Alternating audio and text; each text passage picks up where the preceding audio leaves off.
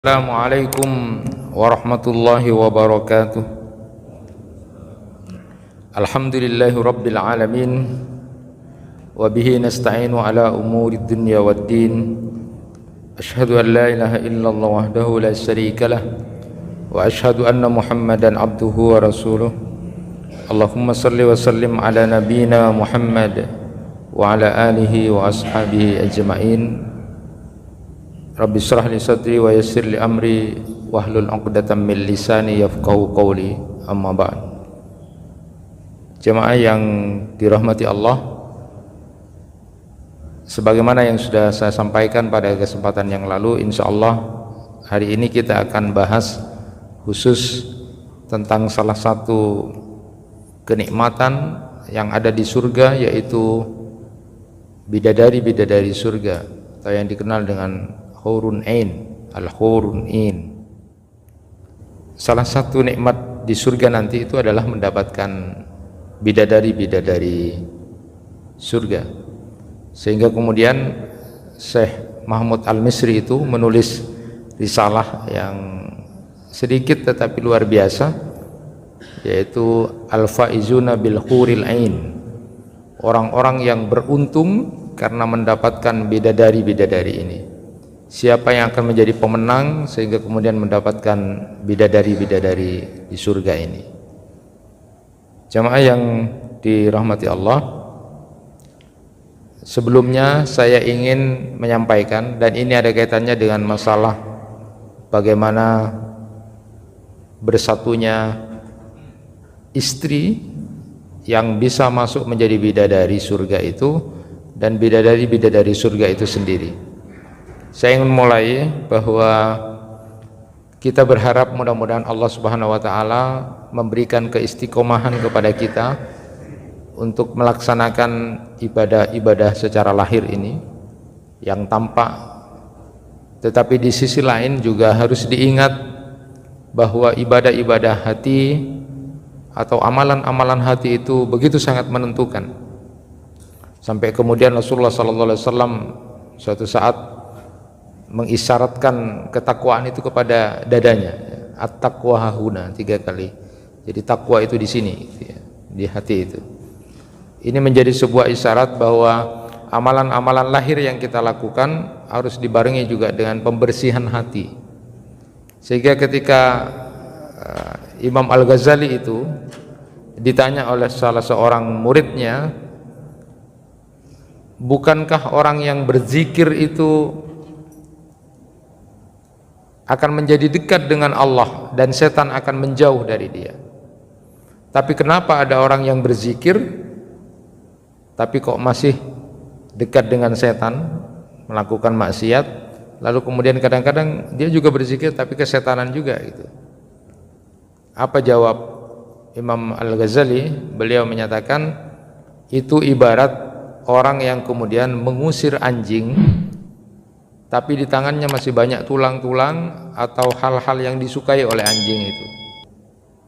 Jadi anjing itu ketika diusir ya pergi, tetapi karena orang ini masih pegang tulang-tulang atau sesuatu yang disukai oleh anjing itu, maka dia akan kembali lagi setelah diusir. Itu merupakan sebuah gambaran buat kita bahwa kalaupun kita ibadah lahirnya ini ada, tetapi tidak dibarengi dengan pembersihan hati, tidak ada dendam, tidak ada benci, tidak ada iri hati, maka itu harus kemudian dilenyapkan atau dihilangkan. Dan bahkan itu digambarkan surga itu nanti, ya, surga itu nanti adalah dimasuki orang-orang yang hatinya sudah bersih, yang hatinya sudah tidak ada lagi hal-hal semacam itu. Kaitannya dengan itu, bahwa nanti pertanyaan yang sering muncul adalah bagaimana dengan perempuan-perempuan yang kemudian menjadi istri di surga itu karena dia masuk surga, sedangkan suaminya juga diberikan hadiah bidadari-bidadari surga itu. Apa kemudian tidak bertengkar atau cekcok itu nanti? Jemaah yang dirahmati Allah, bahwa Allah Subhanahu wa taala sudah mencabut sifat-sifat jelek itu. Jadi sifat dendam, benci, iri hati, termasuk diantaranya adalah marah, kecemburuan, itu nanti ketika sudah masuk surga itu sudah dihilangkan, sudah dilenyapkan. Betul bahwa secara psikologis perempuan yang hidup di dunia itu adalah cemburu, egois, ada suka iri hati. Namun ketika sudah masuk ke surga, maka ketiga sifat ini sudah dilenyapkan, sudah tidak ada lagi. Allah Subhanahu wa taala berfirman di dalam Quran surat Al-Hijr ayat 47 itu, wa naza'na ma fi sudurihim min ghillin ikhwana ala sururim mutaqabilin, dan kami lenyapkan segala rasa dendam yang ada dalam hati mereka. Mereka merasa bersaudara, duduk berhadap-hadapan di atas dipan-dipan. Jadi ghil itu, iri, dengki, itu sudah tidak ada lagi, apalagi juga ghirah, cemburu itu. Dan Allah Subhanahu wa taala di situ menyebutkan dengan kalimat wanaza'na, jadi dilenyapkan, tidak pakai rafa'na atau sahabna, kami angkat atau kami cabut sebagai sebuah isyarat bahwa itu adalah bawaan sejak awal, tetapi memang sudah dilenyapkan. Semua nanti bangun di hadapan Allah itu isyaratnya menunjukkan bahwa itu ada desain yang baru. Itu dalam Quran surat Al-Waqi'ah ayat 61, wa nunsi'akum fima la ta'lamun, dan membangkitkan kalian kelak di akhirat dalam keadaan yang tidak kamu ketahui. Jadi tidak ada lagi dendam, tidak ada lagi iri, tidak ada lagi perasaan benci, marah ketika sudah di surga, termasuk tidak ada lagi cemburu. Cuma kedudukan istri itu nanti kalau memang sama-sama masuk surga, itu kedudukannya paling dekat dengan suaminya yang masuk surga, dan cantiknya luar biasa tempat istri kita itu kalau memang sama-sama masuk surga. Bidadari ya ada, dikasih hadiah buat kita, tetapi itu tidak ada lagi rasa marah, kecemburuan, karena di sana itu adalah cahaya kasih sayang, kebaikan, dan apapun yang kemudian menyenangkan. Pekerjaannya sudah senang-senang. Beda dengan di dunia, karena itu ada rasa cemburu sehingga kemudian sementara saja di dunia ini. Tetapi karena untuk keabadian, maka tidak ada lagi yang namanya permusuhan, kedengkian, kebencian. Itu kalau ada orang yang sering bertanya, gimana nanti? Nah, jadi tidak bisa disamakan antara kondisi di dunia dengan di akhirat atau di surga, karena di sana sudah tidak ada lagi kebencian, kemarahan, apalagi kecemburuan yang dimunculkan kalau misalnya antara perempuan-perempuan di sana kemudian masuk surga.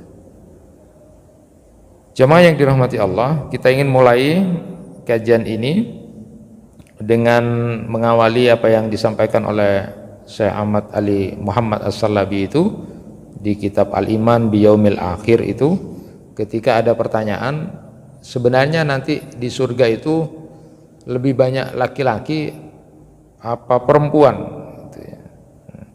Ini sudah ternyata di zaman sahabat sudah sering ada perdebatan ini, perbincangan itu.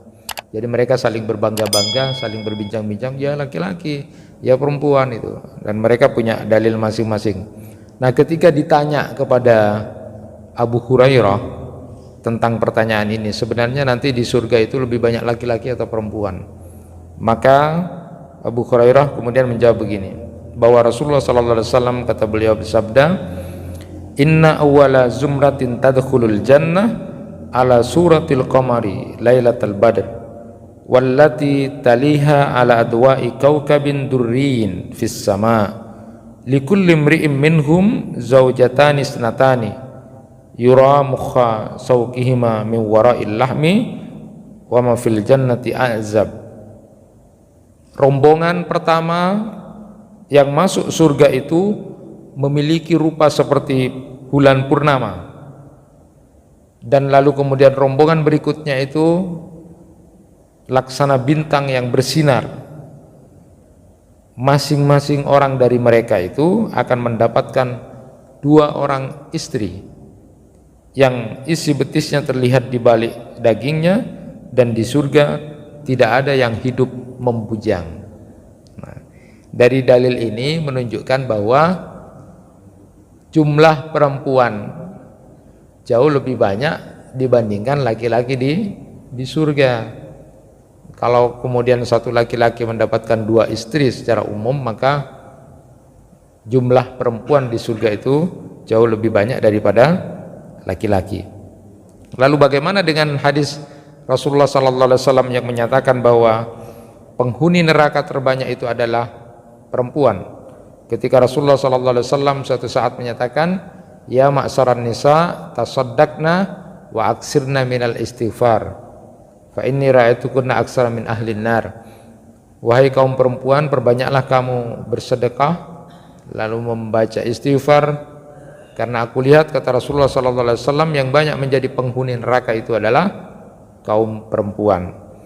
Maka sebagaimana yang disampaikan oleh Ibnu Hajar Al-Asqalani dalam kitab Fathul Barinya itu menyatakan bahwa kompromi 2 hadis ini menunjukkan bahwa mayoritas penghuni neraka yang terbanyak itu perempuan, tetapi juga mayoritas penghuni surga yang terbanyak itu juga adalah perempuan. Kenapa? Karena jumlah perempuan jauh lebih banyak daripada laki-laki. Itu penjelasan dari Ibnu Hajar Al-Asqalani. Ada juga yang kemudian berpendapat, kenapa kemudian wanita di surga itu lebih banyak dibandingkan laki-laki? Karena memang ditambah dengan bidadari surga. Jadi aslinya itu perempuan yang masuk surga dunia itu, di surga itu adalah sedikit. Rasulullah pernah menyatakan begitu, perempuan jumlahnya sedikit. Tetapi kenapa menjadi lebih banyak? Karena ditambah dengan bidadari yang itu otomatis adalah perempuan. Nah, itu yang pertama. Jadi berdasarkan hadis tadi disebutkan bahwa setiap laki-laki yang masuk surga akan mendapatkan 2 istri. Termasuk diantaranya, kalau kita dasarkan pada riwayat dari Miqdad bin Ma'di Karib radhiyallahu an, dia berkata bahwa Rasulullah SAW khusus untuk orang yang mati syahid nanti akan diberikan 72 istri, 72 bidadari. Lisyahidi indallah sittun hisalin yughfar lahu fi awwali daf'atin wa yara maq'adahu minal jannah wa yujaru min adabil qabri wa ya'man minal faza'il akbar wa yudau ala ra'sihi tajul waqari al yaqut minha khairum minad dunya wa ma fiha wa yuzawwaju snataini wa sab'ina zawjatan minal huril ain wa yusaffa'u fi sab'ina min aqaribihi.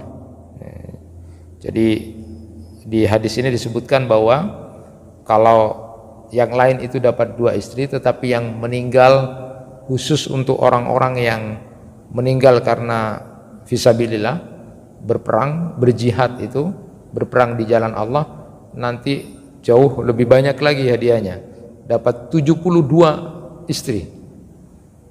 72 istri. Jadi Rasulullah SAW bersabda, orang yang mati syahid dia akan mendapatkan 6 hal di sisi Allah. Yang pertama, dosa-dosanya itu sudah diampuni sejak tetesan darah yang pertama. Makanya ada dalam satu riwayat itu bahwa kalau tahu nilai pahala orang yang mati syahid itu begitu sangat banyak pahalanya, ini saja dapat 72 istri gitu ya, bidadarinya itu, maka dia ingin hidup lagi, perang lagi, hidup lagi, perang untuk fisabilillah itu, kalau tahu nilainya gitu ya. Jadi dosa-dosanya itu sejak tetesan darah pertama yang sudah diampuni oleh Allah Subhanahu wa taala. Yang kedua, tempatnya di surga sudah diperlihatkan. Kemudian yang ketiga, dilindungi dari siksa kubur. Dan yang keempat, terhindar dari ketakutan besar, diberi pakaian iman, lalu dinikahkan dengan 72 bidadari dan memberi syafaat 70 kerabatnya, sehingga kemudian dengan demikian ada 6 keuntungan bagi orang yang mati syahid. Salah satu diantaranya adalah mendapatkan 72 bidadari. Itu jadinya nanti jumlahnya jauh lebih banyak lagi gitu, daripada yang tadi yang 2. Sehingga kemudian kalau ada yang berpendapat bahwa jumlah perempuan itu jauh lebih banyak di surga, itu adalah karena memang ada banyak perempuan yang merupakan bidadari surga itu. Nah, itu amalan orang yang mati syahid.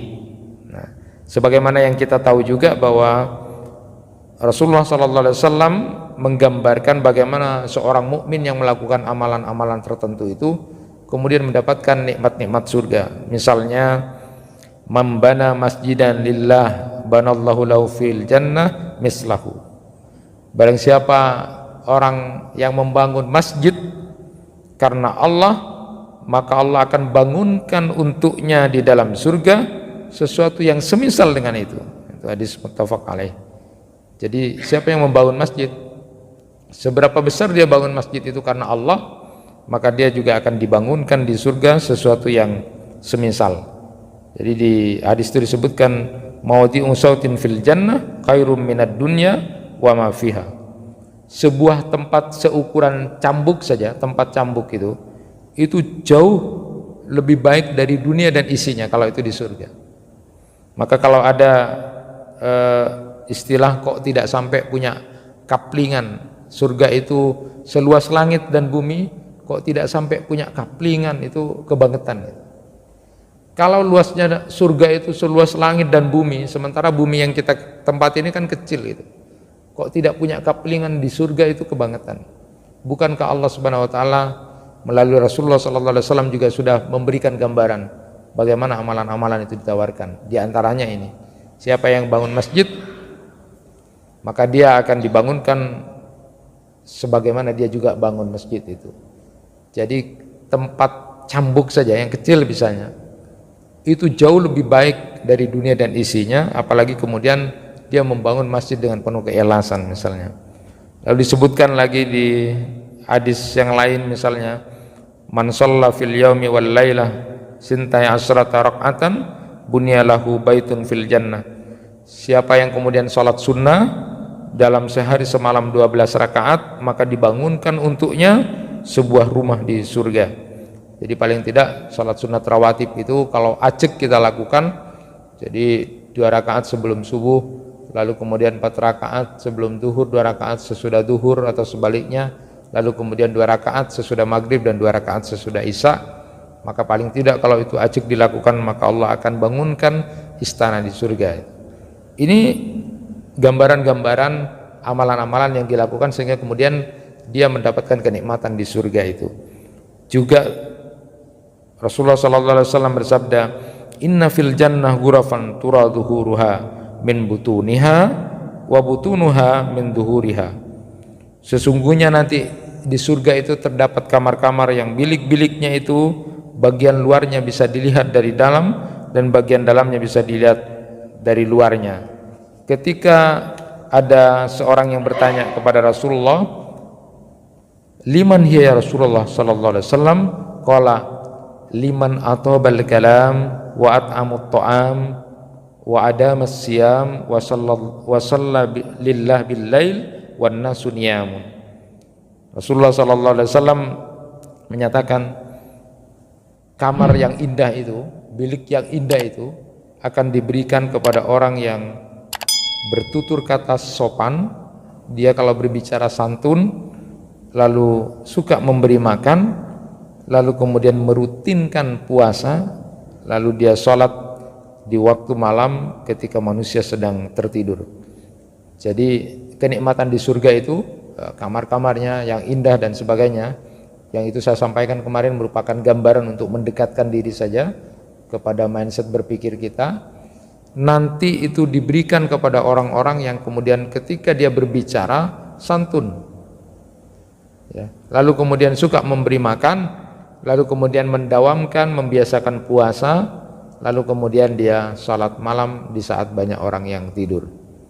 Nah, kalau kita lihat ternyata apa yang disampaikan di dalam hadis ini mirip-mirip dengan ciri orang yang haji mabrur.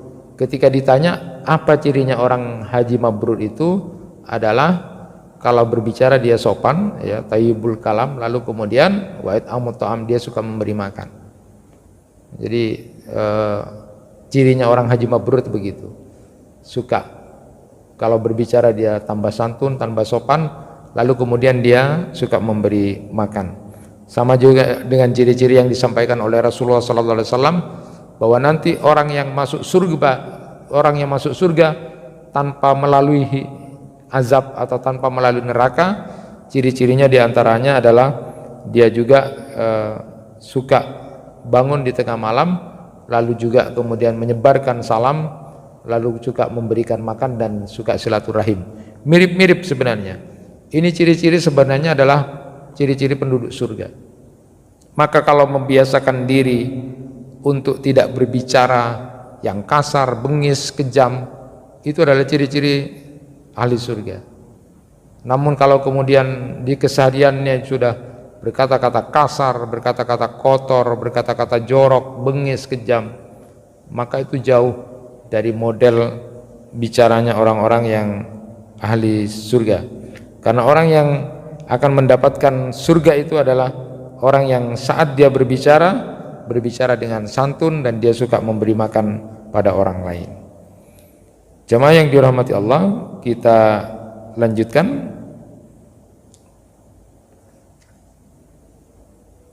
Ada juga kemudian yang berpendapat di At-Tazkirahnya itu, Imam Al-Qurtubi saat mengomentari tentang kaum wanita adalah penghuni neraka terbanyak. Nah, beliau menyatakan begini, ketika pertanyaan tentang siapa yang lebih banyak, laki-laki atau perempuan di surga itu, dan kenapa kemudian perempuan lebih banyak, beliau menyatakan bahwa jumlah penghuni neraka itu yang paling banyak adalah perempuan. Lalu kenapa jumlah perempuan di surga juga lebih banyak? Itu terjadi sebelum orang-orang yang ada di neraka itu diberikan syafaat atau dientas dari neraka. Jadi sebelumnya terbanyak, tapi kemudian ketika sudah diberi syafaat, wanita-wanita yang soleh, ada wanita-wanita yang punya iman juga, lalu kemudian wanita-wanita yang kemudian dia punya kebaikan, dia punya tauhid, dientas, setelah kemudian dapat syafaat dan dientas dari neraka, maka kemudian jumlah perempuan di surga itu menjadi lebih banyak. Itu pendapat dari Imam Al-Qurtubi di dalam At-Tazkirahnya itu. Sekedar keterangan Bapak dan Ibu bahwa bila nanti wanita dunia itu masuk surga, jadi wanita dunia yang masuk surga itu, maka kalau dia masuk bersama suaminya, maka istri tersebut akan disatukan dengan suaminya di surga jika memang keduanya masuk surga. Diterangkan dalam Quran surat Yasin ayat 56 yang sering dibaca, hum wa azwajuhum fi dhilalin alal araiki muttaqiun. Mereka dan istri-istri mereka berada dalam tempat yang teduh bertelekan di atas dipan-dipan. Allah Subhanahu wa taala juga berfirman, udkhulul jannah wa antum wa azwajukum tuhbarun. Dalam Quran surat Az-Zuhruf ayat 70, masuklah kamu ke dalam surga, kamu dan istri-istri kamu digembirakan. Kalau nanti kemudian yang wanita dunia ini masuk surga dengan, mohon maaf, dengan jumlah suami yang berbilang, maka istri ini akan dipertemukan dengan suami terakhirnya. Jika ditakdirkan sama-sama masuk surga, laki-lakinya atau suaminya, maka dia akan dipertemukan dengan suami yang terakhir. Maka diriwayatkan dari Hudzaifah radhiyallahu an, dia berkata kepada istrinya, jika kamu mau menjadi istriku di surga, jangan menikah lagi setelah aku tiada nanti, sebab wanita di surga akan menjadi istri suami terakhirnya di dunia. Nah, tapi habis pulang dari pengajian ini, bapak-bapak tidak usah berwasiat begitu ya, tidak usah berwasiat begitu. Jadi kalau kamu mau jadi istriku nanti di surga, kalau aku mati duluan jangan nikah lagi ya, nanti sama saya nanti di surga. Tidak perlu berwasiat seperti itu. Nah, ini bagaimana kalau wanita-wanita di dunia masuk surga kemudian sempat dia atau jomblo dan sebagainya, nanti seperti yang saya sampaikan, nanti Allah akan pilihkan, jodohkan dengan laki-laki yang masuk surga. Sekali lagi di sana tidak ada lagi cemburu, tidak ada lagi marah, tidak ada dendam ya. Nanti yang kemudian jomblo, wanita yang jomblowati gitu ya, tapi dia punya iman, amal saleh, masuk surga juga akan dipersandingkan dengan laki-laki penghuni surga. Dan tidak usah seperti pikiran di dunia. Karena sekarang ibu-ibu itu banyak bertanya, enak ya jadi bapak-bapak masuk surga dapat bidadari-bidadari gitu kan. Tapi kami ini kalau masuk surga apa dapat bidadara-bidadara juga gitu. Tidak ada itu. Karena memang desainnya beda. Jadi kalau laki-laki itu memang desain kesenangannya adalah wanita. Itu wajar. Tapi perempuan itu kesenangannya adalah harta, perhiasan, kemolekan, itu mereka suka berdandan. Beda dengan laki-laki. Maka nanti nikmatnya di surga juga berbeda. Tetapi sekali lagi jangan pikiran-pikiran dunia itu dibawa ke surga itu seperti tadi. Bagaimana kalau dapat bidadari? Sudah tidak ada lagi dendam. Yang di sana itu adalah kasih sayang dan kesenangan. Karena sudah didesain baru lagi untuk keabadian, bukan seperti di dunia ini. Nah, oleh karena itu ketika saya pernah sampaikan di beberapa kesempatan bahwa ciri wanita soleha, istri soleha yang akan menjadi bidadari surga itu, ketika Rasulullah SAW mengabarkan, maukah kau menjadi bidadari surga nanti, wahai para kaum perempuan, para istri, maka disebutkan oleh Rasulullah SAW cirinya adalah al-wadud, al-walud, lalu al-aud.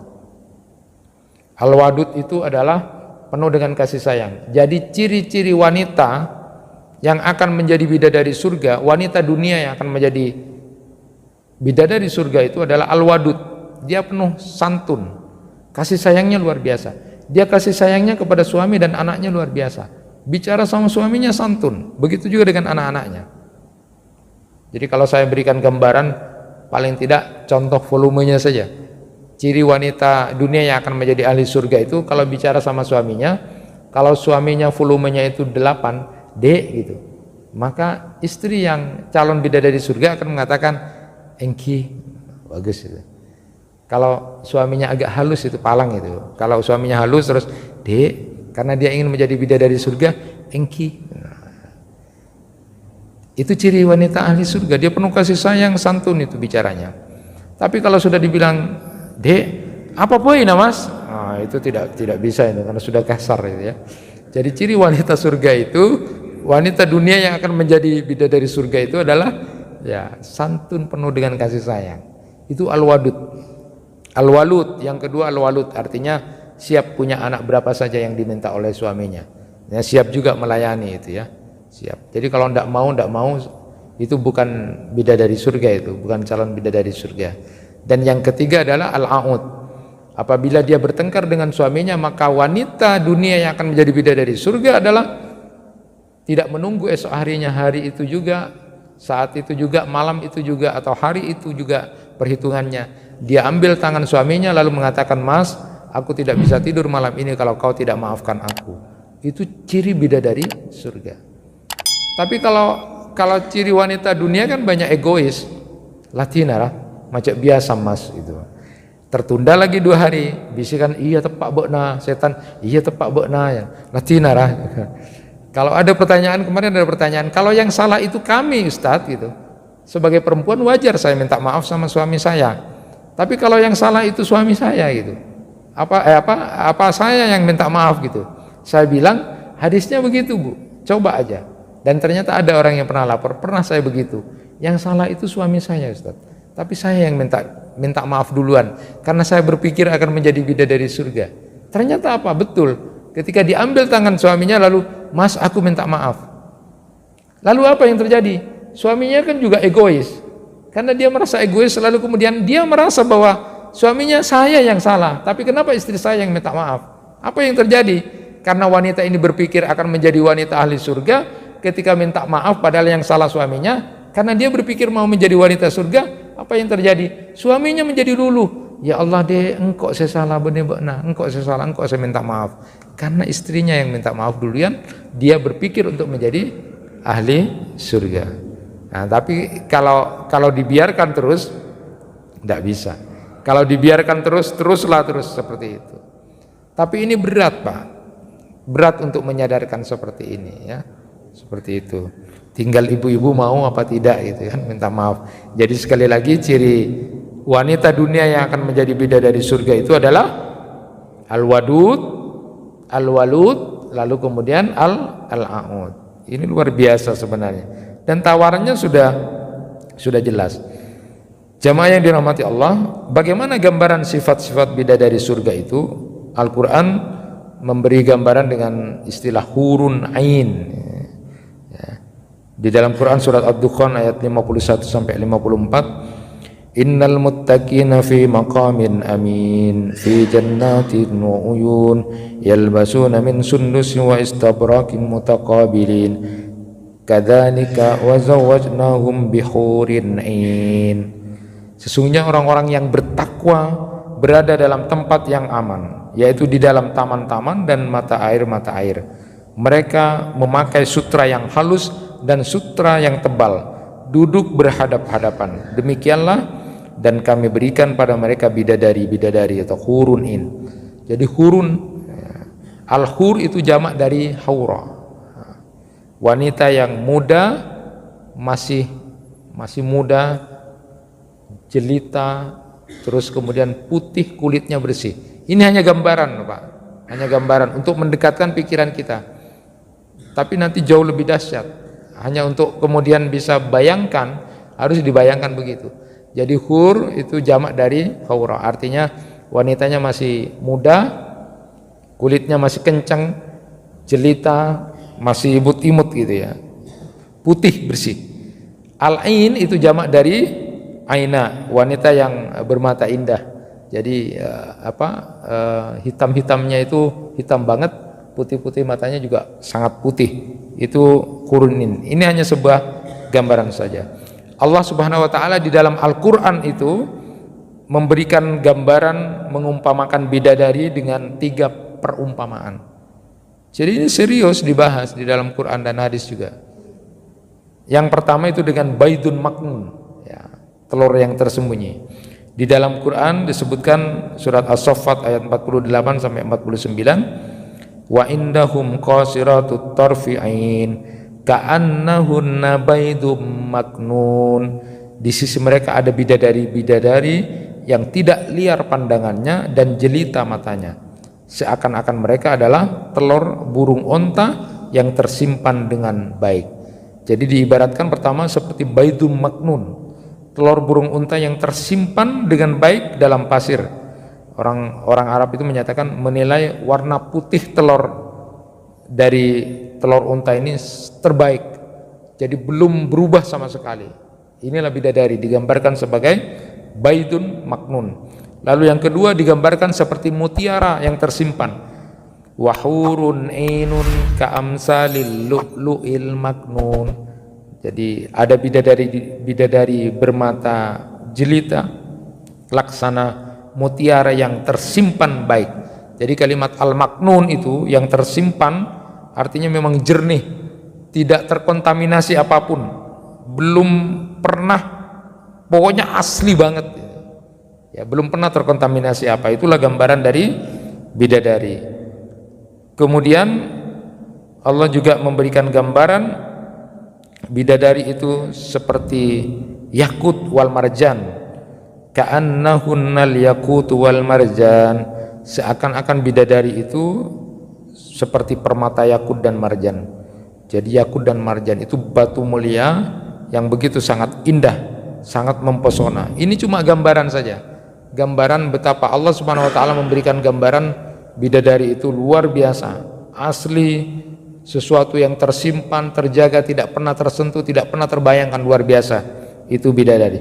Bahkan di dalam hadis itu disebutkan begini, Pak, walau anna imra'atan min ahlil jannah ittala'at ila ahlil ardi la'adha'at ma bainahuma wala mala riha wala tasifuha wala sifuha ala ra'siha khairun minad dunya wa ma fiha.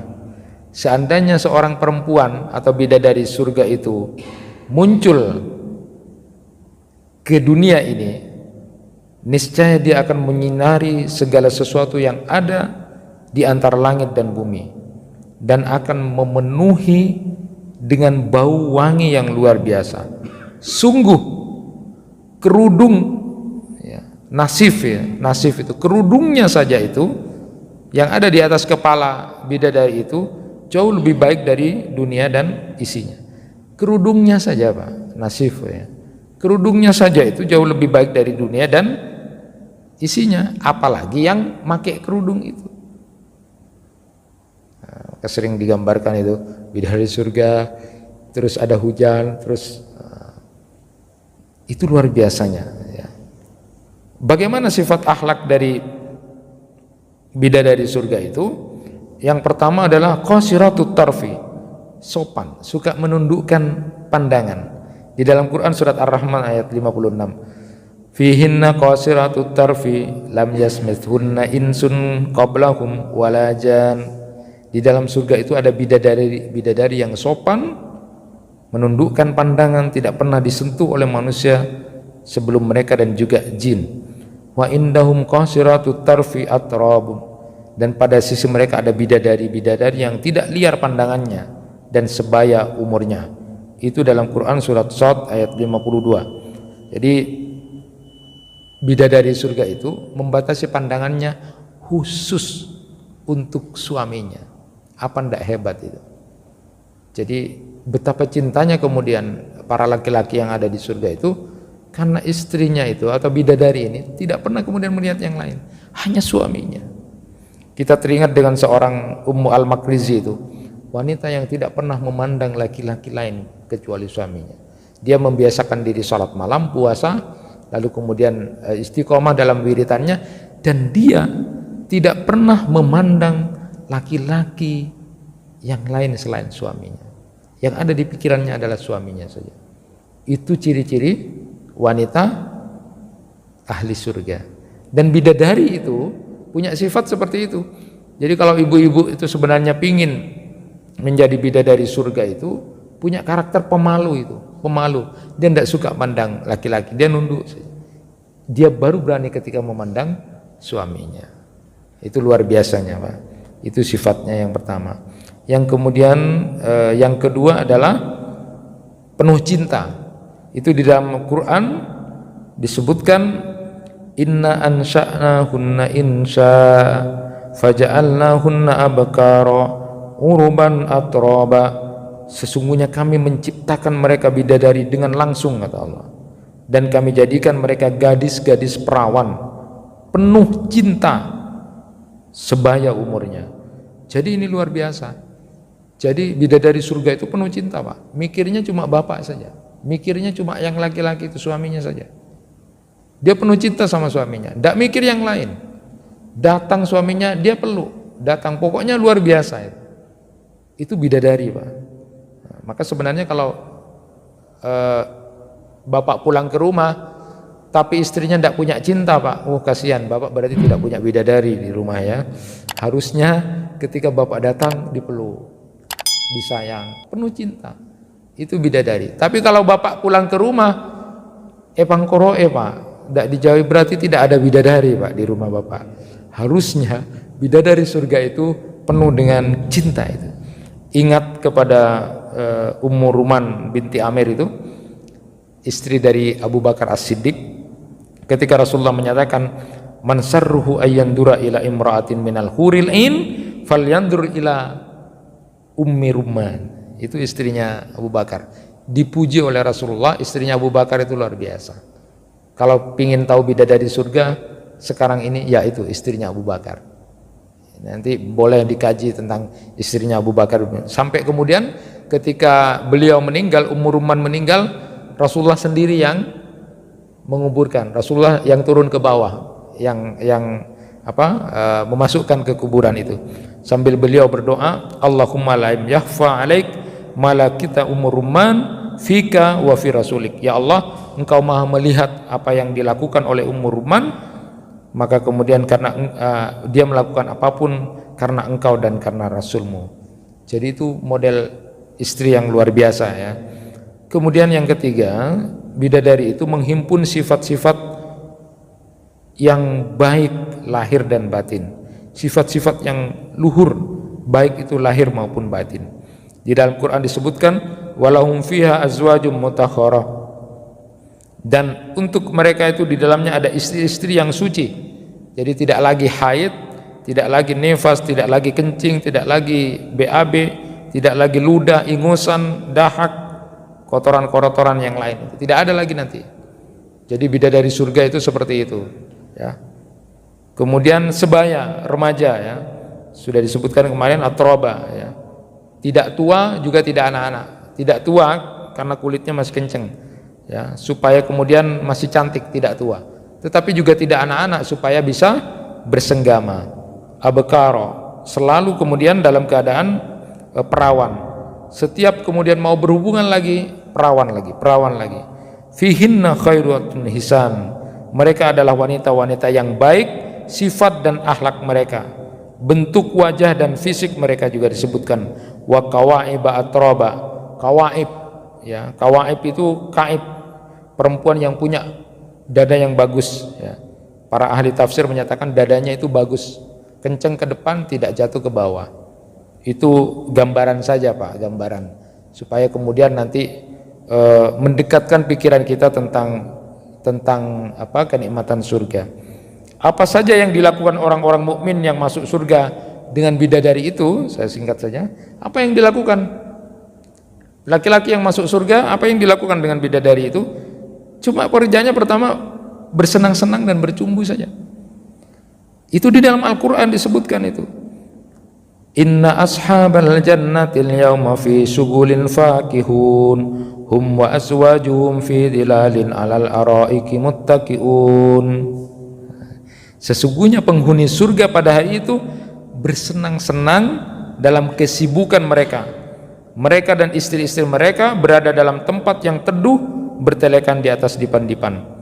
Nah, sibuk Pak. Jadi fisugulin fakihun itu ya. Sibuk bersenang-senang saja pekerjaannya. Ibnu Mas'ud, Ibnu Abbas, kemudian Qatadah dan Mujahid mengatakan kesibukan mereka itu di surga itu kerjaannya cuma memecah kegadisan, memerawani bidadari terus. Itu pekerjaannya laki-laki di surga. Tidak usah dibayangkan Pak. Cuma ini gambaran saja untuk mendekatkan nikmatnya. Salah satu kenikmatan itu, salah satu kenikmatan saja itu. Rasulullah sallallahu alaihi wasallam bersabda, "Innar rajula la yansilu fil yaumi ila mi'ati adra." Sungguh seorang laki-laki dapat menggilir dalam sehari 100 perawan, 100 bidadari. Disahihkan oleh Syekh Albani.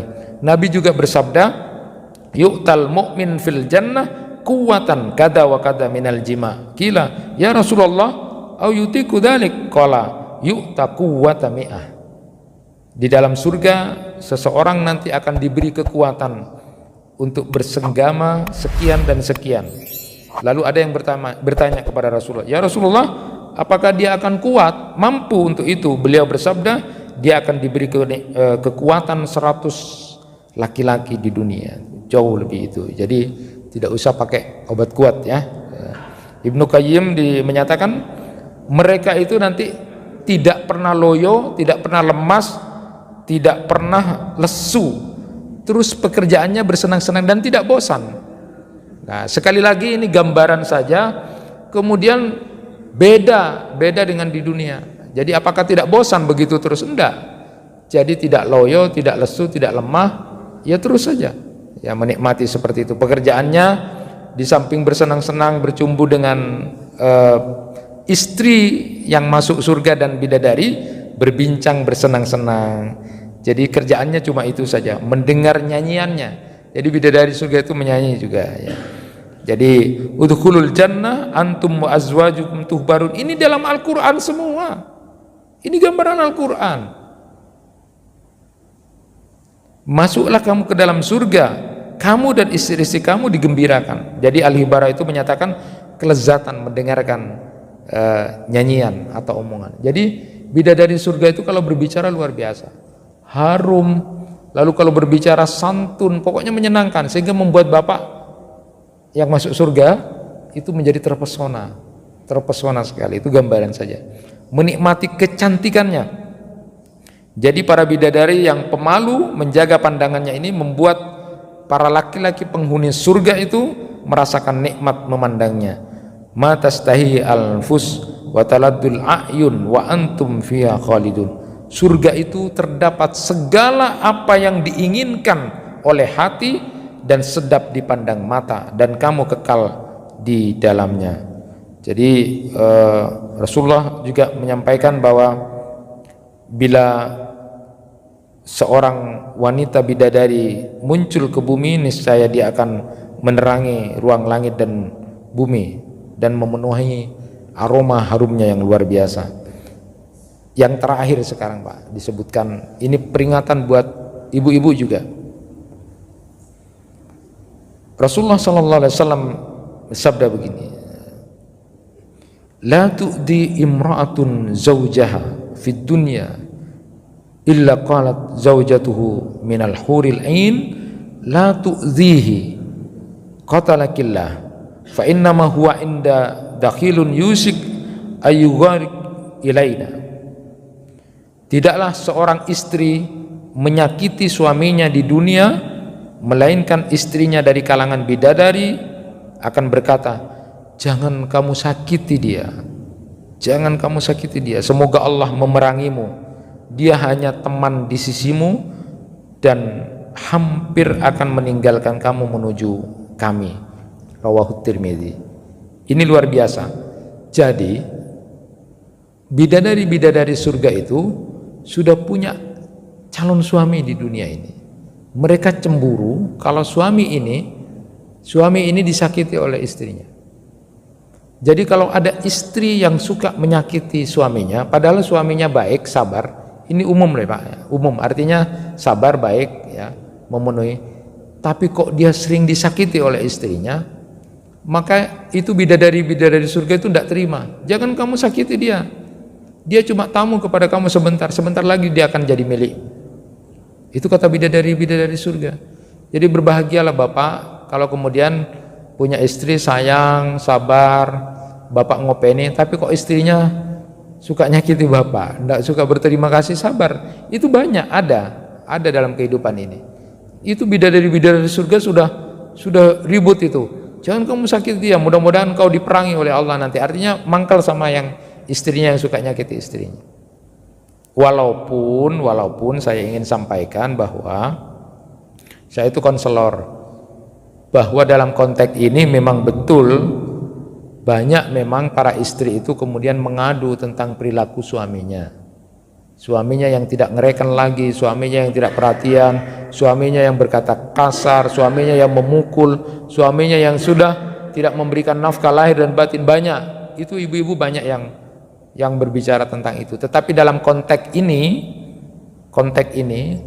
bahwa nanti bidadari surga itu marah, mangkel kepada laki-laki yang kemudian disakiti oleh istrinya, karena suaminya itu baik sebenarnya, tapi istrinya yang menyakiti. Untuk itu diingatkan kepada ibu-ibu khususnya, sebagaimana yang ditulis oleh salah seorang ulama dalam kitab Al-Anful Usaranya itu, beliau menyatakan begini. Pertama, jangan mengingkari kebaikan suami. Mara'aitu minka khairan qat, itu banyak yang menjadi kenapa kemudian wanita banyak masuk neraka itu karena banyak mengingkari kebaikan suaminya. Jadi perempuan itu punya karakter, ketika dia berbuat kebaikan, suatu saat laki-laki itu salah, maka yang muncul kalimatnya adalah, "Mbak Namas, bila saya becek engkau," itu hilang semua kebaikannya. Itu bahaya. Yang kedua, menuntut cerai tanpa alasan yang dibenarkan. Ayyuma imra'atin sa'al zawjaha talakan min ghairi ba'sin faharamun 'alaiha ra'iyatul jannah. Jadi ada perempuan yang menuntut cerai tanpa alasan yang dibenarkan. Apalagi perempuan ini ketemu mantannya lebih baik dari suaminya sekarang, lalu kemudian cari-cari alasan untuk, nah, ini bahaya ini. Jangankan dapat surga, baunya surga ini, hati-hati ya. Lalu kemudian berakhlak buruk kepada suaminya, imra'atun asad zaujaha hatta tarji. Ya, salatnya tidak akan diterima. Jadi istri yang salatnya tidak diterima itu, orang yang salatnya tidak diterima diantaranya adalah ketika itu suaminya marah sama dia.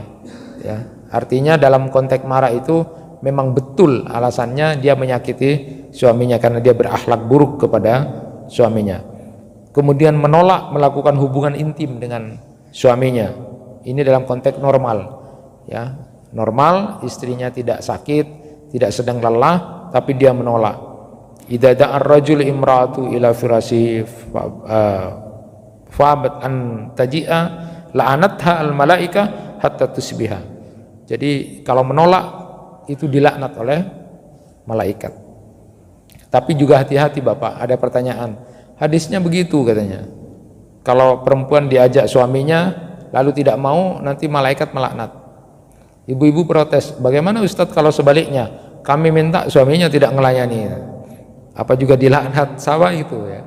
Jadi dalam konteks itu memang tidak ada hadisnya, tapi dalam konteks kemudian normal lalu kemudian tidak memberikan, dalam konteks wa'asiruna bil ma'ruf juga begitu.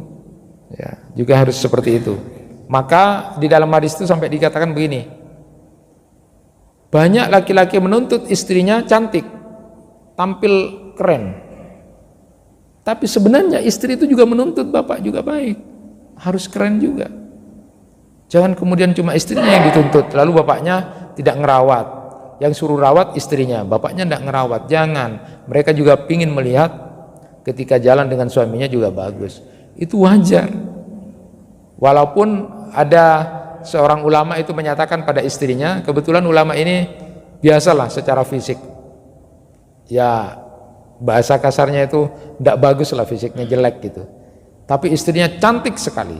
Suatu saat istrinya itu berdandan cantik sekali, lalu kemudian suaminya melihat, terpesona. Masya Allah kamu cantik sekali gitu. Terus istrinya itu mengatakan, iya mas, kita berdua akan masuk surga bersama-sama. Kita berdua akan masuk surga bersama-sama. Terus ditanya sama suaminya, kok kamu menyatakan kita akan masuk surga bersama-sama? Iya, karena dua kuncinya surga sudah kita pegang. Apa? Sabar dan syukur. Apa? Kamu sebagai suami melihat aku bersyukur, ya Allah istriku kok cantik gitu kan, syukur itu. Sedangkan aku, kata istrinya, dia cantik itu istrinya, melihat kamu sabar walaupun suami saya model begini gitu kan. Jadi syukur dan sabar ini yang akan membuat kita masuk surga katanya. Tetapi dalam konteks lain bapak harus berpenampilan yang baik. Yang berikutnya, jangan sekali-kali istri itu menyihir, mengguna-gunai suami. Karena itu tetap bersama dengan perilaku setan. Jadi ada istri yang menyihir suaminya supaya tidak selingkuh, supaya tidak melihat. Jadi dia disihir, pakai kemudian rambutnya atau pakaian dalamnya atau apa dalamnya itu dipakai disihir suaminya. Sehingga suaminya ini kalau melihat siapapun yang cantik tetap tidak bisa apa-apa. Dia hanya melihat istrinya yang paling cantik ya. Itu tetap salah itu. Walaupun tujuannya bagus, tapi itu tetap salah karena sudah menyihir, itu bekerja sama dengan setan. Maka saya bilang sama para istri itu, sihirlah suami ibu dengan perilaku akhlak yang baik sehingga kemudian mempesona ibu. Jangan sihir dengan pakai sihir-sihir setan itu. Jadi jangan mengkhianati suami, memasukkan laki-laki lain ke rumah. Begitu juga berusaha agar suaminya menceraikan istri-istri yang lain.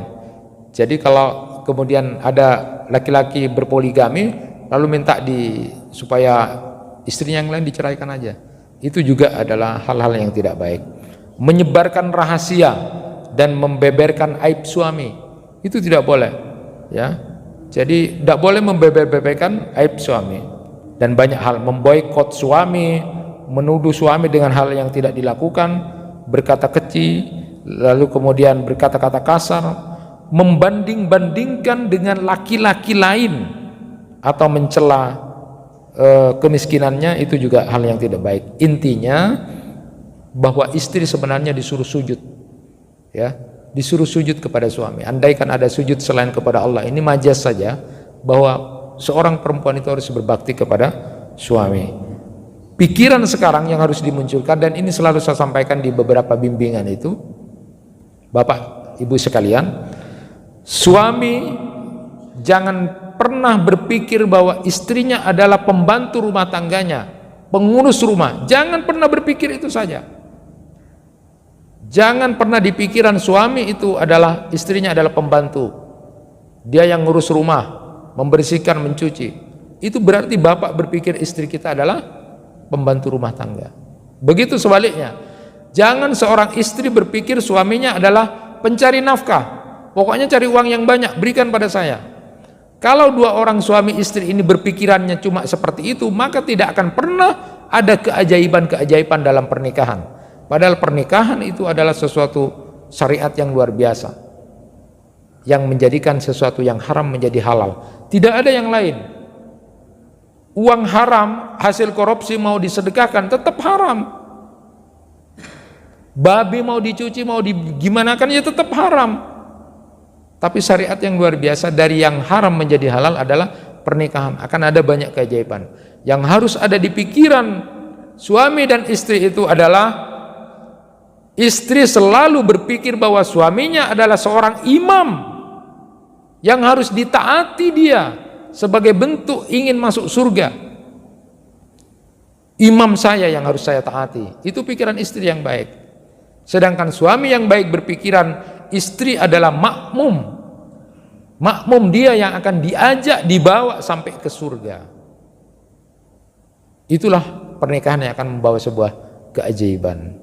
Sehingga mudah-mudahan nanti suami istri bisa masuk surga bersama-sama di sana dengan hadiah-hadiah kenikmatan yang diberikan Allah Subhanahu wa taala kepada penghuni surga.